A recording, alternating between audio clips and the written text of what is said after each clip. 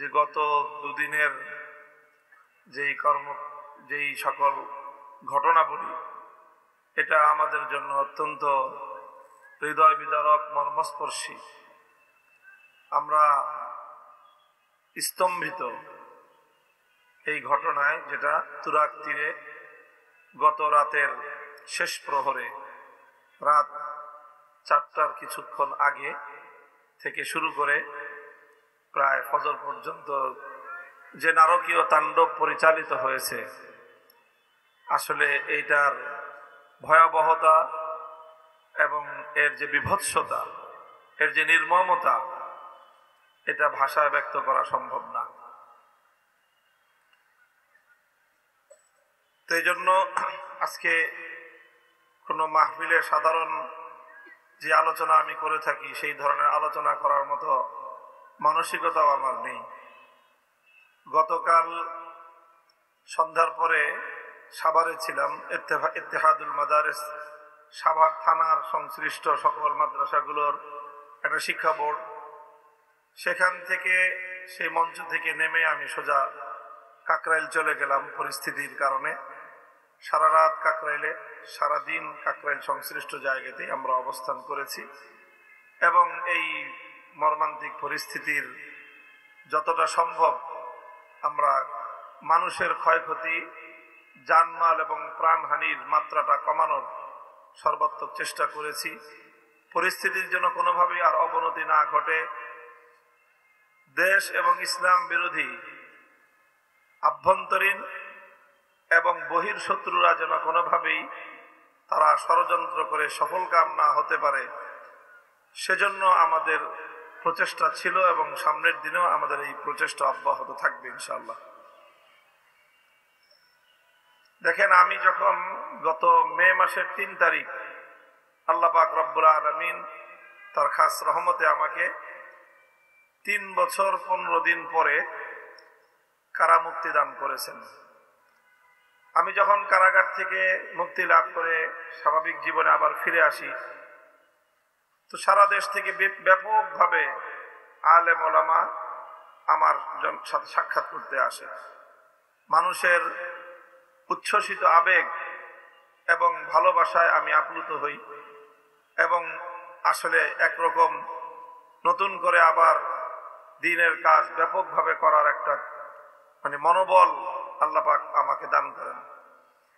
সেই সময় থেকেই আমি একটা কথা সকলের কাছে বলে আসছি, যারা আমার সাথে অনেক সময় সাক্ষাৎ করতে গিয়েছেন ওই সময়টায়, তারা অনেকেই হয়তো শুনেছেন, মনে থাকার কথা।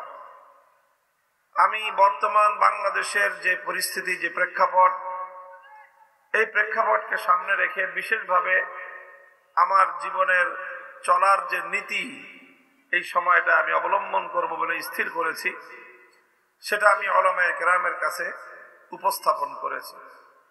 সেটা হলো যে আমাদের দেশেও, সারা দুনিয়ার মতো আমাদের দেশেও ইসলাম বিষয়ক খুঁটিনাটি যেগুলো আনুষঙ্গিক বিষয়, যেগুলোকে আমরা বলি ফুরুই ইখতিলাফাত, আনুষঙ্গিক যে মতবিরোধ এবং মত পার্থক্য রয়েছে, সেই বিষয়গুলোকে আমরা একভাবে মোকাবেলা করব। আর কিছু বিষয় আছে যেগুলোকে আমরা বলি উসুলি ইখতিলাফ, মৌলিক বিষয়ে যেখানে মতবিরোধ আছে। আমি মনে করি যে আমার দেশে মৌলিক বিষয়ে ইখতিলাফ, ধর্মের নামে যারা কাজ করে তাদের মধ্যে 2টা গ্রুপের সাথে মৌলিকভাবে ইখতিলাফ। একটা হলো যারা খতমে নবুয়ত অস্বীকারী কাদিয়ানী সম্প্রদায়, যারা চূড়ান্তভাবে সন্দেহাতীতভাবে তারা কাফের এবং বেঈমান। এই প্রশ্নে কাদিয়ানীদের বিষয়ে নমনীয়তার কোনো সুযোগ নাই, কোনো জায়গায় কোনো পর্যায়ে তাদের সাথে আপোষ করার কোনো সুযোগ নাই। তবে হ্যাঁ, কাদিয়ানী ফিতনার মোকাবেলা কিভাবে করা হবে তার কর্মকৌশল নিয়ে আমাদের মধ্যে চিন্তা ভাবনা হতে পারে, এবং সেই ক্ষেত্রেও আমার অনুভূতি হলো যে কাদিয়ানী ফিতনাকে আমাদের ব্যাপকভাবে এটাকে দাওয়াতি মেহনতের মাধ্যমে কাদিয়ানি ফিতনার মোকাবেলা করা উচিত। কাদিয়ানিরা তলে তলে বিভিন্ন জায়গায় বিভিন্ন এলাকাকে টার্গেট করে তারা সেখানে বিপুল সংখ্যক মুসলমানদেরকে কাদিয়ানি ধর্মমতে ধর্মান্তরিত করে মুসলমানের ঈমান হরণ করে মুরতাদে পরিণত করতেছে। কাজেই সেই সকল সংশ্লিষ্ট এলাকাগুলোতে কাদিয়ানি ফিতনার স্বরূপ উন্মোচন করে কাদিয়ানি ধর্মমতে দীক্ষিত হওয়ার যে ভয়াবহ পরিণাম, চিরস্থায়ী জাহান্নাম, সেই কথাগুলো মানুষকে বুঝায় কাদিয়ানি ধর্মমতের যে অসারতা, এর যে বাতুলতা, এগুলোকে প্রমাণ দিয়ে মানুষকে বুঝিয়ে সমঝিয়ে আবারও ঈমানের পথে ফিরিয়ে আনার জন্য নিরবচ্ছিন্ন নিরলস ভাবে এক মেহনত হওয়া দরকার। শুধুমাত্র কাদিয়ানি ফিতনার মোকাবেলায় আন্দোলন সংগ্রাম এবং তাদেরকে অমুসলিম ঘোষণার দাবির মাধ্যমেই কাদিয়ানি ফিতনার কার্যকর মোকাবেলা করা সম্ভব না। এই জন্য কাদিয়ানিদের মোকাবেলায় যেমনি ভাবে তাদেরকে রাষ্ট্রীয়ভাবে অমুসলিম ঘোষণার দাবি অব্যাহত থাকতে হবে, তার চেয়েও বেশি গুরুত্বের সঙ্গে আমাদেরকে কাজ করতে হবে তাদের অধ্যুষিত অঞ্চলগুলোতে কাদিয়ানি ফিতনা যে সকল এলাকায় সংক্রমিত হচ্ছে সেই সকল এলাকাগুলোতে দায়ী এবং মুবাল্লিগ কাদিয়ানি ফিতনা সংক্রান্ত বিষয়ে দক্ষ, শিক্ষিত, প্রশিক্ষণ প্রাপ্ত, অভিজ্ঞ মুবাল্লিগ এবং দায়ী তৈরি করে এর পিছনে নিরবচ্ছিন্ন মেহনতের মাধ্যমে কাদিয়ানি ফিতনার সংক্রমিত মুসলমানদেরকে আবার ইসলামের দিকে ফিরিয়ে আনার চেষ্টা করতে হবে। তো বলেছিলাম যে এই হলো একটা ফিতনা যাদের সঙ্গে আমাদের মত পার্থক্য হলো ঈমান আর কুফরের মত পার্থক্য। কিসের মত পার্থক্য? ঈমান আর কুফরের মত পার্থক্য। এই মত পার্থক্যের মধ্যে যেখানে এক পক্ষ মুমিন, যেখানে এক পক্ষ ঈমানের পথে, অপর পক্ষ কুফরের পথে, ঈমান আর কুফরের মধ্যে কোনোদিন আপোষ হতে পারে না। এখানে নমনীয়তার কোনো সুযোগ নাই। এটা হলো একটা জায়গা।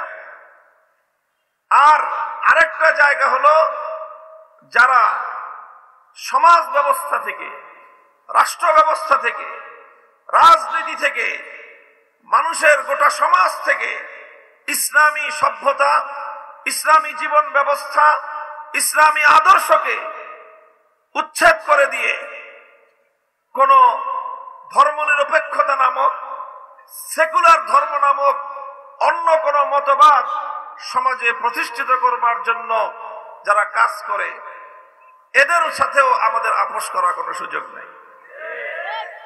এদেরকেও মোকাবেলা করতে হবে। এই দুইটা শ্রেণী বাদে বাকি অন্য যাদের সঙ্গে আমাদের ধর্মীয় ফুরুই ইখতিলাফ রয়েছে, দ্বীনি ক্ষেত্রে, ধর্মীয় ক্ষেত্রে যাদের সঙ্গে মৌলিক মত পার্থক্য নয়, ঈমান এবং কুফরের মত পার্থক্য নয়, বরং ফুরুই ইখতিলাফ, আনুষঙ্গিক বিষয়ে যাদের সঙ্গে মত পার্থক্য, তাদের সাথে আমার কর্মনীতি হলো যে তাদের সাথে মোকাবেলা হবে আলোচনার টেবিলে, তাদের সাথে কথা হবে দলিল এবং প্রমাণের ভাষায়, তাদের সাথে কোনো মত পার্থক্য এবং মোকাবেলাকে রাজপথে নিয়ে, ময়দানে নিয়ে আমরা মুখোমুখি অবস্থানে যাওয়ার চেষ্টা করব না, বরং তাদের সঙ্গে আমরা দলিলের ভিত্তিতে, প্রমাণের আলোকে, কোরআন সুন্নাহ নিয়ে বিতর্ক করব। ইনডোর, ঘরোয়া ভাবে তাদের সঙ্গে এই সকল বিষয় নিয়ে বহস মুবাহাসা চলবে, আলাপ আলোচনা হবে, দলিল আদান প্রদান হবে। এইভাবে এই সকল বিষয়গুলির সঙ্গে আমরা মত পার্থক্যগুলোকে সমাধান করার চেষ্টা করব। এটা আমি একটা মূলনীতি হিসেবে, আমি আমার এই সময়টায় নিজের জন্য অনুসরণীয় হিসেবে ধারণ করলাম। এই জন্য যারা ইসলামের ধারক বাহক এবং মৌলিক ক্ষেত্রে যাদের ব্যাপারে আলেম সমাজ, ওলামায়ে কেরাম কুফরির কথা বলেন না, অর্থাৎ যাদেরকে কাফের বলেন না, যেরকম কাদিয়ানীদেরকে কাফের বলে থাকেন, হ্যাঁ কাফের না বলে যাদের ব্যাপারে বলেন যে তাদের মধ্যে ভ্রান্তি আছে, নানা রকম ভ্রান্তি আছে, অনেক দল উপদল আমাদের সমাজে আছে, এই সকল ভ্রান্ত মতবাদের অনুসারীদের ব্যাপারে আমার অনুসৃত নীতি ছিল যে তাদের সাথে মোকাবেলা হবে কোথায়? আলোচনার টেবিলে। কোথায়? কোথায় না? ময়দানে এবং রাজপথে না। এই নীতি অনুসরণ করার পর স্বাভাবিকভাবে অন্যান্য ইসলামী দল উপদলগুলোর মতো তাবলীগ জামাতের যে মতবিরোধ, যাদের সাথে মতবিরোধ, এই যে মাওলানা সাদ কান্দেবী সাহেবের অনুসারী যারা সাদপন্থী, তাদের ব্যাপারে উলামায়ে কেরাম এমন কোন ফতোয়া দেন নাই যে তাদের ঈমান নাই, এরকম কোন ফতোয়া দেন নাই। বরং হ্যাঁ, মাওলানা সাদ সাহেবের কিছু কিছু বক্তব্যের ক্ষেত্রে আপত্তি রয়েছে, ঘোরতর আপত্তি, যে ওই সকল কথাগুলো তার অনুসারীদের মধ্যে বিভ্রান্তি তৈরি করবে, ভবিষ্যতে এটাকে আরো বড় ফিতনায় রূপান্তরিত হতে পারে, এই ধরনের আশঙ্কা প্রকাশ করে তাদের এই মূল চিন্তা ধারণাটাকে ওনারা বিভ্রান্ত বলে আখ্যায়িত করেছেন আলেম সমাজ। সেই হিসাবে সাদপন্থীদের সাথে আমার অনুসৃত নীতি অনুযায়ী আমার ময়দানে মোকাবেলা করার কথা না, মোকাবেলা করার কথা আলোচনার টেবিলে, প্রমাণ দলিল প্রমাণের ভিত্তিতে, আলাপ আলোচনার মাধ্যমে, বোঝানোর মাধ্যমে, এবং এই নীতি আমি অনুসরণ করে চলছিলাম। এই জন্য নানাভাবে বিভিন্নভাবে তাদের সঙ্গে একটা যোগাযোগ তৈরি করার চেষ্টা করা, তাদেরকে বোঝানোর চেষ্টা করা, যে কোনোভাবে আলেম সমাজের সাথে সৃষ্ট মতবিরোধের দূরত্ব দূর করে আলেমদের কাছাকাছি নিয়ে এসে কোনোভাবে তাদের এই ভুল ভ্রান্তিগুলো শুধরে নিয়ে আবারও তাদেরকে ইসলামের সঠিক ধারায় ফিরিয়ে আনার কোনো চেষ্টা করা যায় কিনা, এটাই ছিল আমার প্রচেষ্টা, অব্যাহত আমার কর্মনীতি। কথাগুলি ঠিক এভাবে আমি বলি নাই, কিন্তু আমি এই নীতি অনুসরণ করে চলছিলাম। চলতে চলতে চলতে চলতে একেবারে এই ডিসেম্বর পর্যন্ত আমি এভাবেই চলেছি। এখন এমন একটা পরিস্থিতি তৈরি হলো যে গোটা বাংলাদেশ এবং বাংলাদেশের যারা ইসলামকে ভালোবাসে, বাংলাদেশকে ভালোবাসে, তাদের সকলের মধ্যে একটা উৎকণ্ঠা দেখা দিল যে আবার এমন একটা সংঘাত তৈরি হতে পারে, যেই সংঘাতের কারণে নতুন করে প্রাণহানি ঘটবে এবং মানুষের মধ্যে চরম বিশৃঙ্খলা তৈরি হবে এবং সারা দুনিয়ার কাছে বাংলাদেশ নতুন করে আবার বিতর্কিত হবে। এরকম একটা পরিবেশ তৈরি হলো একটা ইস্যুকে কেন্দ্র করে।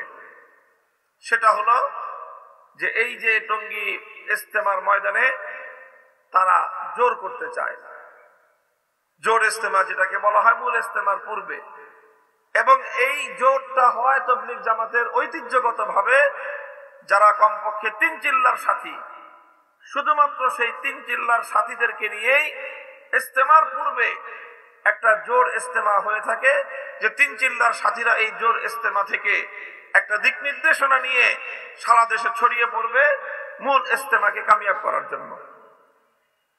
স্বাভাবিকভাবেই এই জোর ইজতেমায় বিপুল পরিমাণ মানুষের উপস্থিতির কোনো কারণ নাই, কারণ জোর ইজতেমাটা হয় কাদেরকে নিয়ে? 3 চিল্লার সাথীদেরকে নিয়ে। কাজে এখানে 3 চিল্লার সাথী যতজন থাকবে, মানুষ তো সেই পরিমাণেরই হওয়ার কথা।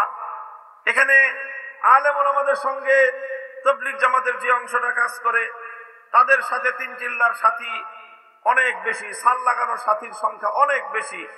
সেই তুলনায় সাদপন্থীদের মধ্যে 3 চিল্লার সাথী, সাল লাগানোর সাথী হিসাব করলে তুলনামূলকভাবে অনেক কম, এবং তাদের যে সংখ্যা দাঁড়ায় সেই সংখ্যায় খুব বড় কোনো অ্যামাউন্ট না, অনেক বড় সংখ্যা না যে 50-60 হাজার লোক হয়ে যাবে, এমন না। কিন্তু তারা একটা জোর ইজতেমা করবে, বিপুল পরিমাণ উপস্থিতি নিয়ে এই প্রস্তুতি তারা শুরু করলো, এবং তারা করবে সেটা কোথায়? ইজতেমার মাঠে করবে। এইরকম একটা দাবি নিয়ে, এরকম একটা শক্ত মনোভাব নিয়ে তারা এটা নিয়ে প্রস্তুতি শুরু করলো এবং কাজ অগ্রসর করতে আরম্ভ করলো।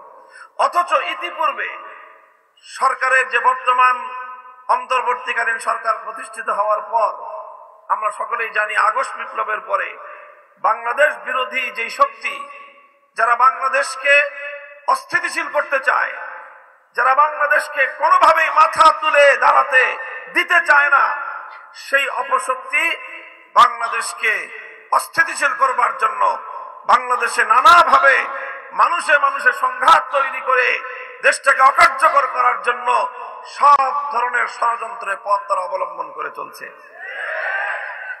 মনে রাখবেন, এটা আমার দীর্ঘদিনের বক্তব্য যে বাংলাদেশ এবং ইসলাম এক সূত্রে গাঁথা। বাংলাদেশে ইসলাম যদি ঠিক থাকে, বাংলাদেশের স্বাধীনতা ঠিক থাকবে। বাংলাদেশের ইসলাম যদি বিপন্ন হয়, বাংলাদেশের স্বাধীনতা অটুট থাকবে না। এদেশের স্বাধীনতা ধ্বংস হয়ে এদেশটা পরাধীন দেশে পরিণত হবে। এই জন্য বাংলাদেশে যারা ইসলামকে ভালোবাসে তারাই স্বাধীনতার সপক্ষ শক্তি। যাদের সঙ্গে ইসলামের বৈরিতা, তারা বাংলাদেশের স্বাধীনতার বিরোধী শক্তি। এই মূলনীতিতে কোনো ভুল করা চলবে না যে একজন মানুষ বাংলাদেশে ইসলাম বিরোধী হলে সে কশ্চিনকালেও বাংলাদেশের স্বাধীনতার পক্ষ হতে পারেই না। কারণ বাংলাদেশ যেভাবে গড়ে উঠেছে, 1905 সালের বঙ্গভঙ্গ, 1947 সালের দেশ বিভাগ, 1971 সালের মুক্তিযুদ্ধ, এই সব কিছুর মধ্য দিয়ে যে বাংলাদেশ গড়ে উঠেছে, এই বাংলাদেশের বৈশিষ্ট্যই হলো এখানে একটি মুসলিম জাতিসত্তার উন্মেষ ঘটবে। এই মুসলিম জাতিসত্তার মানচিত্র এবং তার ভৌগোলিক পরিচয়ের নামই হলো বাংলাদেশ। মুসলিম জাতিসত্তা যদি না থাকে, মুসলিম জাতিসত্তার পরিচয় যদি না থাকে, মুসলিম জাতিসত্তার পরিচয় যদি বিকৃত হয়, বাংলাদেশ বিপন্ন হবে। এই জন্য এই বাংলাদেশটাকে রক্ষা করার জন্য, এই বাংলাদেশটাকে রক্ষা করার জন্য, বাংলাদেশের এই ভূগোলের প্রতি ইঞ্চি মাটি রক্ষা করার জন্য লড়াই করা, সংগ্রাম করা জিহাদ।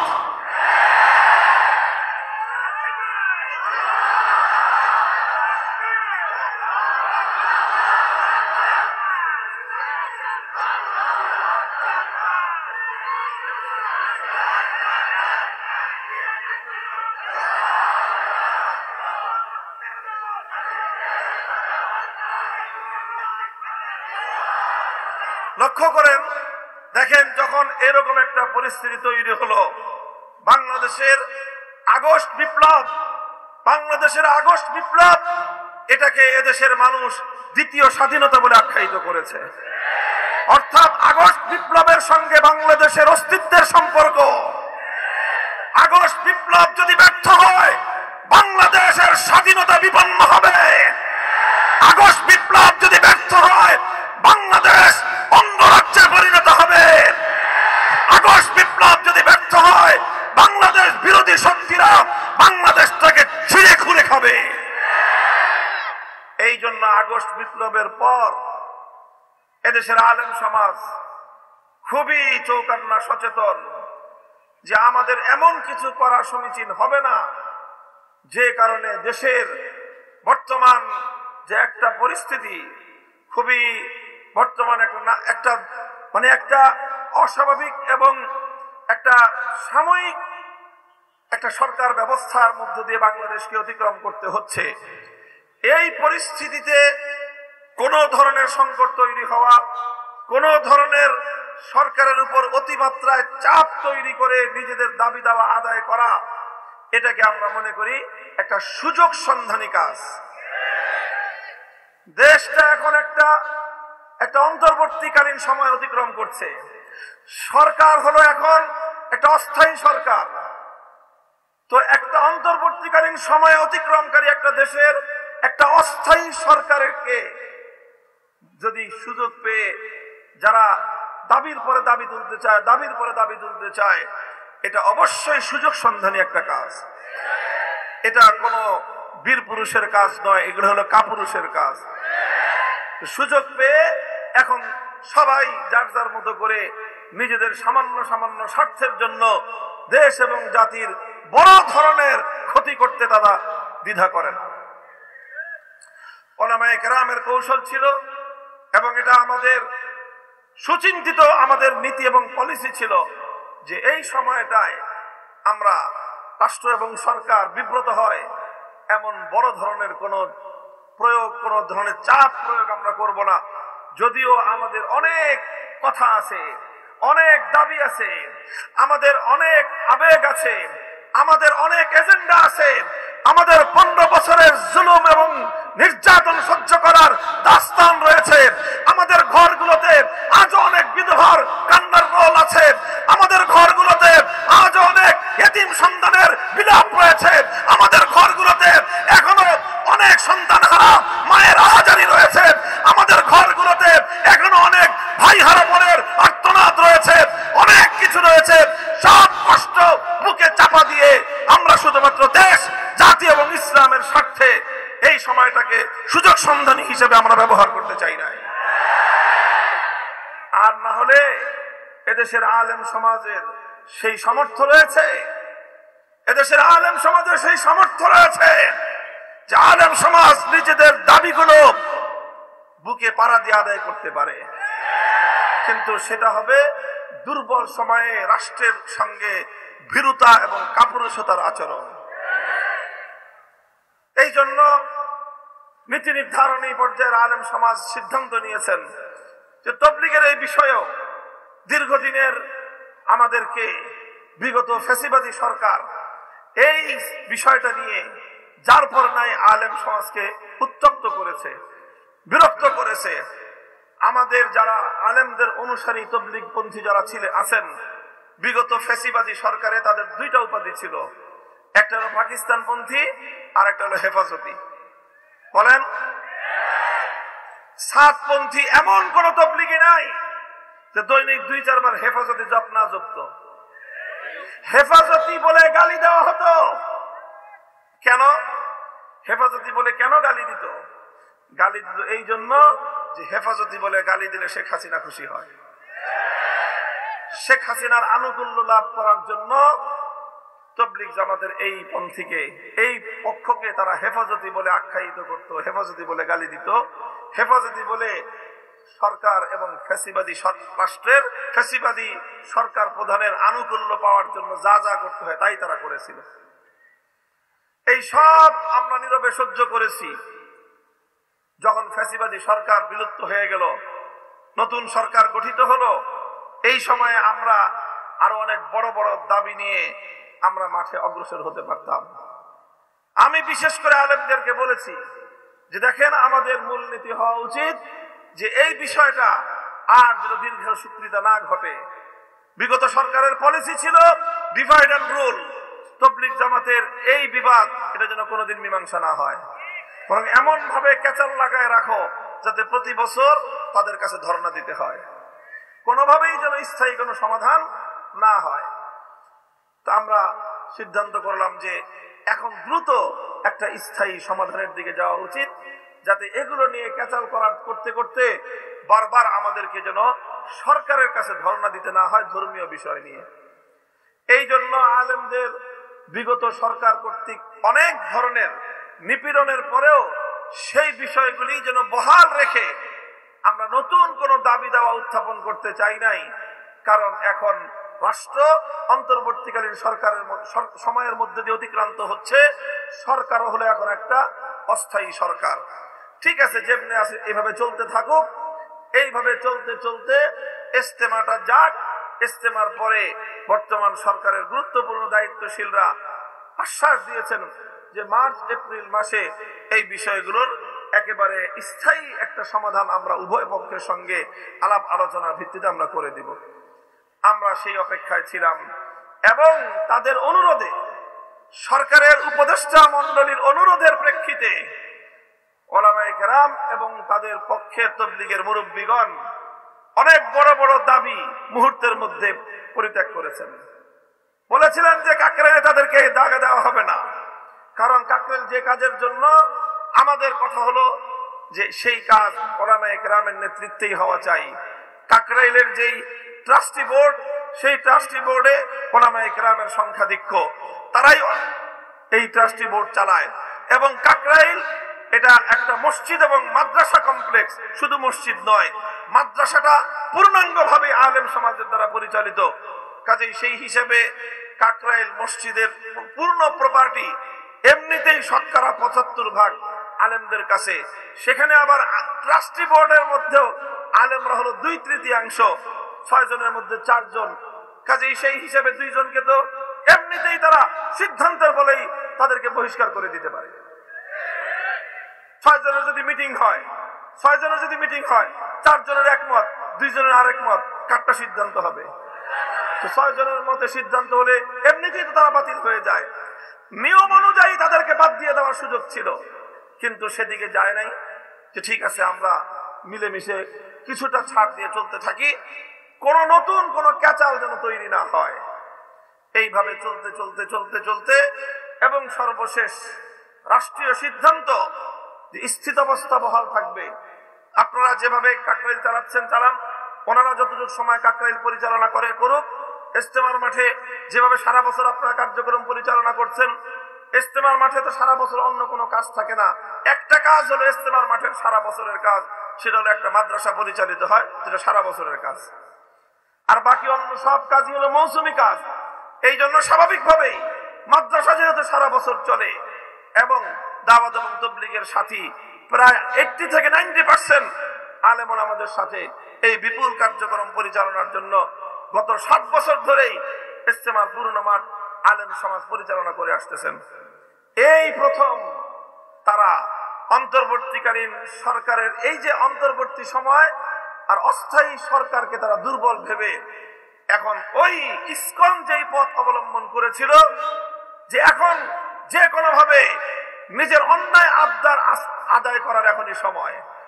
আপনারা দেখেছেন বিগত কয়েক মাস ধরে বাংলাদেশে এই মোটর লীগ, শ্রমিক লীগ, তারপরে এই যে অটোরিকশা লীগ, নানা রকম নামে যার যা দাবি দেওয়া 15 বছর এটা জমা পড়ছিল, এখন সব দাবি দেওয়া নিয়ে রাস্তায় নামতেছে। কারণ আর তারা শুধু নামতেছে তা নয়, বরং তাদেরকে পিছন থেকে কোনো শক্তি উস্কানি দিয়ে তাদেরকে মাঠে নামাচ্ছে। এটা তো আমার বক্তব্য নয়, এটা হলো বাংলাদেশের সচেতন প্রত্যেকটা নাগরিকের বক্তব্য। তোমার এই সকল বিষয়গুলো 15 বছর কোনোদিন তোমরা মুখ ফুটে বলো নাই, এখন বলার এত আগ্রহ কারণটা কি? কারণ আসলে তারা দাবি দাওয়া আদায় করা মূল মুখ্য নয়।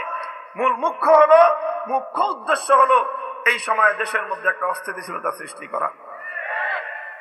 সনাতন ধর্মাবলম্বী নামে ইসকন গোটা বাংলাদেশের সাম্প্রদায়িক বীজ বাষ্প তৈরি করে হিন্দুদের বিরুদ্ধে মুসলিম সমাজকে উস্কানি দিয়ে একটা সাম্প্রদায়িক দাঙ্গা বাঁধানোর চেষ্টা করেছে।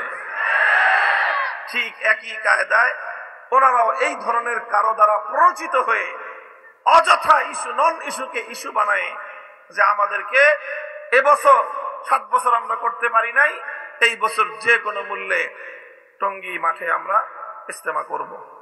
এই দাবিটা নিয়ে যখন তারা মাঠে নামলো, ইচ্ছা ছিল আলেমদের যে এই সকল বিষয়গুলো সব একসাথে সেটেল হবে ইজতেমার পরে মার্চ এপ্রিল মাসে। সরকারও বলেছে সবাই আমরা সেইভাবেই প্রস্তুত। হঠাৎ করে তারা এখন এই দাবি উঠালো যে কিছুদিনের জন্য মাঠ আমাদেরকে দিতে হবে। যখন এই দাবি উঠালো তখন স্বাভাবিকভাবে বিপক্ষ দলের মধ্যে অপর পক্ষে একটা উত্তেজনা যে আমরা মাঠ দিব কেন, এরকম তো কথা না। কথা তো হলো যে আমাদের 31 জানুয়ারি থেকে প্রথম ইজতেমা, আমাদের এই ইজতেমার প্রস্তুতি নিচ্ছি আমরা। প্রতিদিন প্রতি সপ্তাহে সারা দেশ থেকে তাবলীগের সাথীরা, মাদ্রাসার ছাত্ররা এসে ইজতেমার জন্য খুঁটি কাটতেছে, কাজ করতেছে। এখন তোমরা মাঝখান দিয়ে এই কয়দিন তোমরা আবার কেন এখানে ঢুকবা? তোমরা অন্যান্য জায়গায় যেভাবে গত 7 বছর জোর ইজতেমা করেছো, এবছরও সেইভাবেই অন্য জায়গায় জোর ইজতেমা করো। এরপরে মূল ইজতেমা পর্ব সম্পন্ন হওয়ার পরে ফেব্রুয়ারিতে মাঝামাঝি দিকে ইজতেমা শেষ হবে, মাসখানিক পরেই তো মার্চ এপ্রিলে স্থায়ী সমাধান হয়ে যাবে। তখন যেইভাবে মীমাংসা হবে সেইভাবে কাজ করবা। এত তোমাদের কি ঠেকা পড়ে গেল যে এই বছর তোমাদেরকে ওখানে জোর ইজতেমা করার জন্য তোমাদেরকে এভাবে যুদ্ধ বাধায় দিতে হবে? এটা তো দুরভিসন্ধি, উদ্দেশ্যমূলক হীন উদ্দেশ্য ছাড়া অন্য কিছু হতে পারে না। এটার কারণে আমাদের পক্ষের যে সকল লোকজন তাদের মধ্যে একটা উত্তেজনার সৃষ্টি হলো। ওনারা এটা নিয়ে বিভিন্ন কর্মসূচি দেওয়ার চিন্তা করলেন। আমি তাদের সকলকে নিবৃত্ত করলাম যে দাঁড়ান, আপনারা অন্য কোনো পথে যেন না, আমরা আলোচনার মাধ্যমে সমস্যার সমাধান করি। আমি নিজে ব্যক্তিগতভাবে উদ্যোগ নিলাম এবং সাতপন্থীদের ওনাদের যারা দায়িত্বশীল তাদের সঙ্গে যোগাযোগ করলাম, নিজে অগ্রসর হয়ে তাদের সঙ্গে যোগাযোগ করে তাদের সঙ্গে বসলাম, তাদের কাছে গিয়ে তাদের বাড়িতে গিয়ে তাদের সঙ্গে বসলাম, বসে তাদেরকে রিকোয়েস্ট করলাম, অনুরোধ করলাম যে দেখেন, একটা মীমাংসার দিকে যেহেতু যাচ্ছে পূর্ণ বিষয়টা, হঠাৎ এখন একটা ছোট্ট বিষয়কে এভাবে গুরুত্ব দিয়ে এটাকে ফলাও করে সংঘাতের পরিস্থিতি তৈরি করবেন না, তাহলে দেখা যাবে যে আসলে সবকিছু নিয়ে একটা ঝামেলা লাগবে, আর এপ্রিল মাস পর্যন্ত যে একটা স্থায়ী সমাধান হওয়ার কথা সেই সমাধানটা বিপন্ন হয়ে যাবে। আপনি এটা করেন না। রিকোয়েস্ট করলাম, অনুরোধ করলাম, আন্তরিক পরিবেশে তাদের সঙ্গে কথাবার্তা হলো।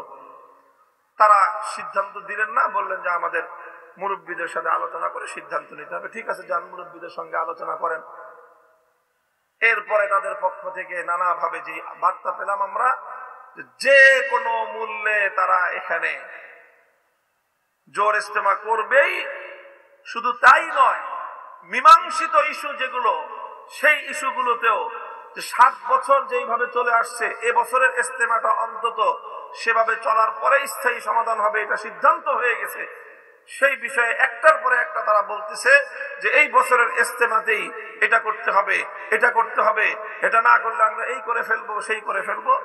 এইভাবে উপর্যুপরি তারা হুমকি ধুমকি দিতে লাগলো।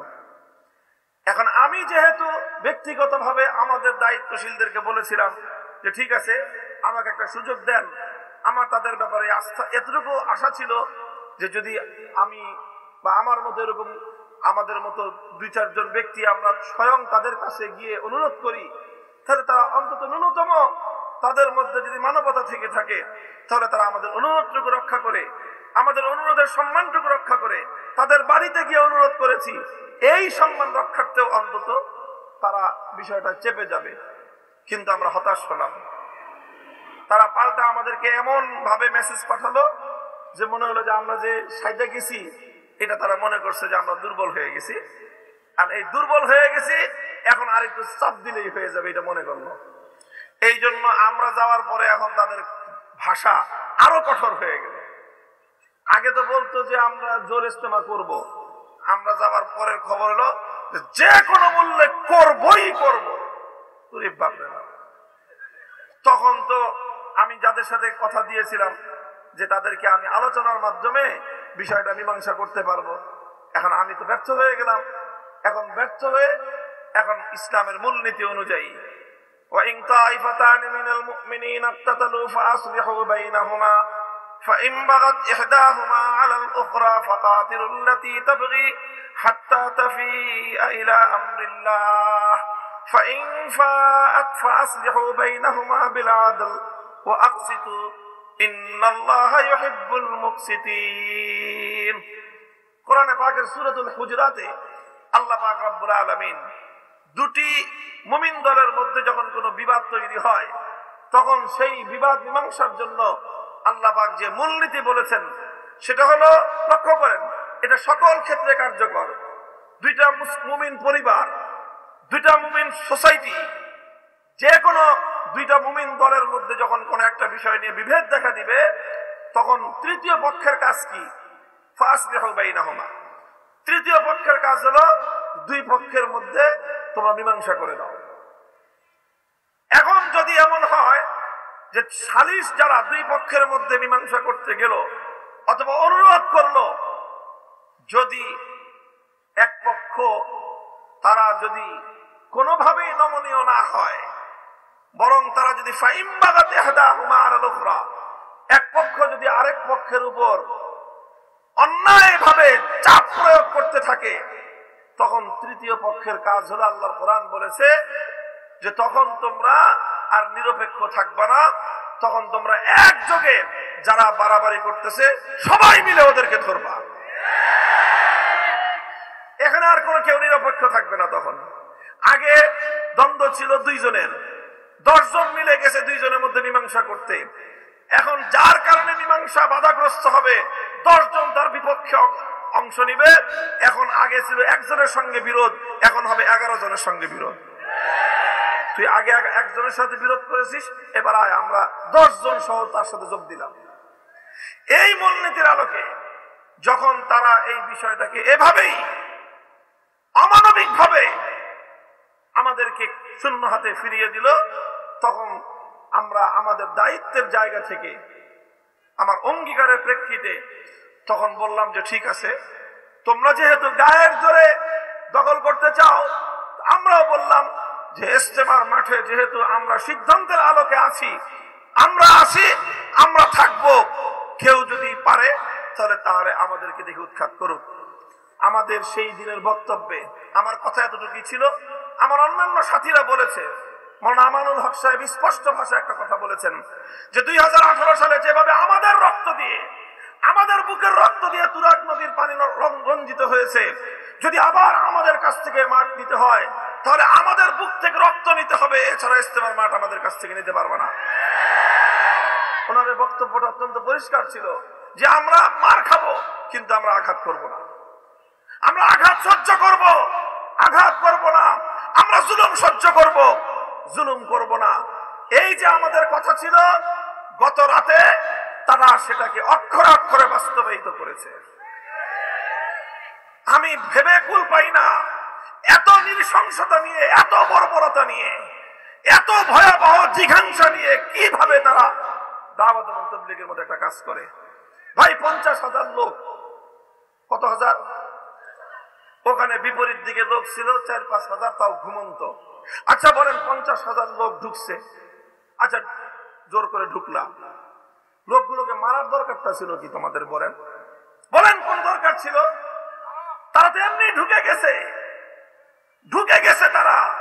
এই 5,000 লোক অধিকাংশই তারা এই অবস্থা দেখে দায়িত্বশীল জিম্মাদারগণ বললেন সংঘাতে জড়াবো না, যে যার মতো সরে পড়ো। আমাদের সাথীরা সব সরে পড়েছে। অল্প কিছু সাথী যেখানে যাদেরকে পাওয়া গেছে তাদেরকে এমন নির্মম ভাবে তাদেরকে আঘাতের পর আঘাত করেছে যে 4 জন সাথী শাহাদাত বরণ করেছে। কতটা বর্বরতা, কতটা নির্মমতা তারা প্রদর্শন করেছে। এই দৃশ্য দেখার পর এখন মনের মধ্যে বিশ্বাস জন্মেছে আমার যে আসলে এরা নিজেদের এজেন্ডায় কাজ করতেছে না, অন্য কোন শক্তি যারা বাংলাদেশ এবং ইসলামকে বিপন্ন করতে চায় তারা এদের সাথে যুক্ত হয়ে অথবা এদেরকে দিয়ে তারা দেশ এবং ইসলামের বিরুদ্ধে একটা যুদ্ধ চাপায়া দিতে চাচ্ছে। আমি জানি না যে এরা বুঝে এই কাজ করতেছে কিনা, না হলে কোন বিবেকবান মানুষ এই কাজ করার কথা না, কোন দায়িত্বশীল মানুষ এই কাজ করার কথা না।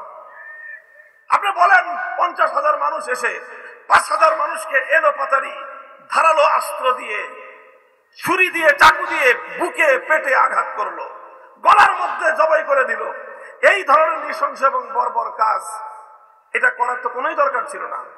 তোমরা টঙ্গীর মাঠ দখল করবা, বুঝলাম এটা নিয়ে বিতর্ক আছে, তো মাঠ তো দখল হয়েই গেছে। তোমরা যখন 50,000 লোক নিয়ে এভাবে জোরপূর্বক ঢুকলা, আইন অমান্য করছো, রীতি ভঙ্গ করছো, সেটা ভিন্ন বিচার হইতো, সালিশ হইতো। মানুষগুলোকে মারলা কেন বলো? কোন কারণে মারলা? এই লোকগুলোকে হত্যা করার পিছনে তোমাদের পরকালীন কি লাভ ছিল, ইহকালীন কি লাভ ছিল বলো? কোনো কিছুই ছিল না। বাস শুধুমাত্র এইভাবে মানুষগুলোকে হত্যা করার জন্যই যেন তারা হত্যা করলো। এই হলো পরিস্থিতি। আমি এই ঘটনাটার একটু বিবরণ আপনাদের কাছে এই জন্য দিলাম যে আপনারা এই এলাকার নিকটবর্তী অধিবাসী, আপনারা নিকটবর্তী অধিবাসী, এই বিষয়গুলো আপনাদের হয়তো অনেকের মধ্যে কনফিউশন থেকে থাকতে পারে। তবে এখনো আমি ওই কথাই বলতেছি, ফাইম বাগাত ইহদাহুমা আলাল উখরা ফাকাতিলুল্লাতী তাবগী হাত্তা তাফিয়া ইলা আমরিল্লাহ। যদি এক পক্ষ বাড়াবাড়ি করে তাহলে তাদের বিরুদ্ধে সকলে মিলে ঐক্যবদ্ধ প্রতিরোধ গড়ে তুলো। সকলের বাধার মুখে ফাইন ফাত, সকলের বাধার মুখে যদি তারা আবার সঠিক পথে ফিরে আসতে চায় তাহলে তাদের জন্য দুয়ার খোলা আছে, তাদের জন্য দুয়ার খোলা আছে। শুধুমাত্র যারা হত্যাকাণ্ডের সঙ্গে জড়িত তাদের বিচার হতে হবে। যারা প্রত্যক্ষভাবে আগাম ঘোষণা দিয়ে করেছে তাদের বিচার যদি না করা হয়, 2018 সালে বিচার হয় নাই বলে আজ 2024 সালের মর্মান্তিক ঘটনা ঘটলো। আজ যদি 2024 সালে এই ঘটনার 2024 সালের এই ঘটনার যদি কোনো বিহিত না হয়, তাহলে এটা একটা ভয়াবহ পরিণাম দেশের উপর, জাতির উপর, মানুষের উপর চেপে আসতে পারে। এরপরে বলছি, ফাইন ফাআত ফাসলিহু বাইনাহুমা বিল আদল, যদি তারা আবার সঠিক পথে ফিরে আসার কোনো মনোভাব তাদের মধ্যে দেখি, আমি ব্যক্তিগতভাবে বলছি যে উদারভাবে আবারও তাদেরকে মূল স্রোতে দ্বীনি দাওয়াতের মেহনতের সাথে তাদেরকে সংযুক্ত করে নেওয়ার পিছনে এবং সেজন্য চেষ্টা করার ক্ষেত্রে আমাদের কোনো কার্পণ্য থাকবে না। পরিষ্কার এটা আমাদের কথা। কাজেই তারা যেই কাজটা করেছে, এই কাজের মাধ্যমে যেই ভয়াবহ এক জঘন্য অপরাধ তাদের দ্বারা সংগঠিত হয়েছে, এর দ্বারা সবচেয়ে বড় যেই মেসেজটা দিবালোকের ন্যায় পরিষ্কার হয়ে গেছে, সেটা হলো এই: অন্তত বাংলাদেশের সাতপন্থীদের মধ্যে একজন বিবেকবান দায়িত্বশীল নাই। Not a single person. একজন ব্যক্তিও যদি থাকতো, গতকালকের রাতের এই ঘটনা তারা ঘটাতে পারে না। গতকালকের এই ঘটনার কোন যৌক্তিক বিশ্লেষণ নাই, দুনিয়ার দিক থেকেও নাই, আখিরাতের দিক থেকেও নাই, সাতপন্থী হিসাবেও নাই, ওলামাপন্থী হিসাবেও নাই। যেই ঘটনা তোমরা ঘটাইলা, এই ঘটনার কারণে আগে তো তোমরা জোর করার জন্য একটা দেন দরবার করার সুযোগ পাচ্ছিলা, ইজতেমা করার একটা দেন দরবার করার সুযোগ পাচ্ছিলা। গতকালকের এই ঘটনার পর জোর তো দূরের কথা, ইজতেমা তো দূরের কথা, এখন তোমাদের বিরুদ্ধে এই 4 হত্যা সহ আমাদের যে সকল নিরপরাধ ভাইদেরকে তোমরা নির্মমভাবে আহত করেছো, 2018 সালে আমার 5000 সন্তানদেরকে নির্মমভাবে তোমরা ক্ষতবিক্ষত করেছো, প্রতিটি ফোঁটা রক্তের জন্য জবাবদিহিতার কাঠগড়ায় তোমাদেরকে দাঁড়াতে হবে।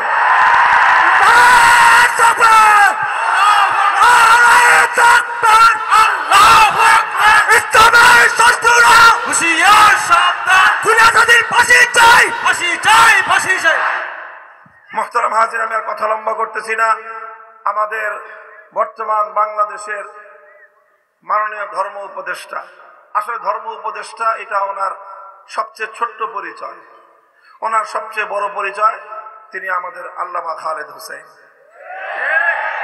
বাংলাদেশে আমাদের একজন কওমি অঙ্গনে একজন ডক্টর আফম খালিদ আছেন, এটাই হলো ওনার সবচেয়ে বড় পরিচয়। তিনি বাংলাদেশের একজন স্বনামখ্যাত মুহাদ্দিস, তিনি বাংলাদেশের একজন প্রথিতযশা লেখক এবং গবেষক। আমাদের আলেমদের মধ্যে মানে চলমান সময়ে যাদের ক্ষুরধার লিখনি একাধারে লিখে গিয়েছে বছরের পর বছর, তার মধ্যে হযরতের নাম একেবারে শীর্ষ কাতারে। আল্লাহ পাক রব্বুল আলামিন হযরতের হায়াতকে বরকতের সাথে দীর্ঘায়িত করেন এবং হযরতের বরকতকে আল্লাহ পাক রব্বুল আলামিন জাতির জন্য ব্যাপক করেন। আমি ওনার হযরতের কাছেও এই অনুরোধ রাখবো যে ঠিক এভাবেই আমরা কোনোভাবেই তাদের উপরে কোনো অন্যায় করতে চাই না, কিন্তু যেই লক্ষণটা প্রকাশ পেল, যে আমি এই কথাটা আবারও বলছি, দেখেন এটা একজন সাতপন্থী হিসেবে, একটা পন্থী হিসাবে কিভাবে তারা এই কাজটা করতে পারে।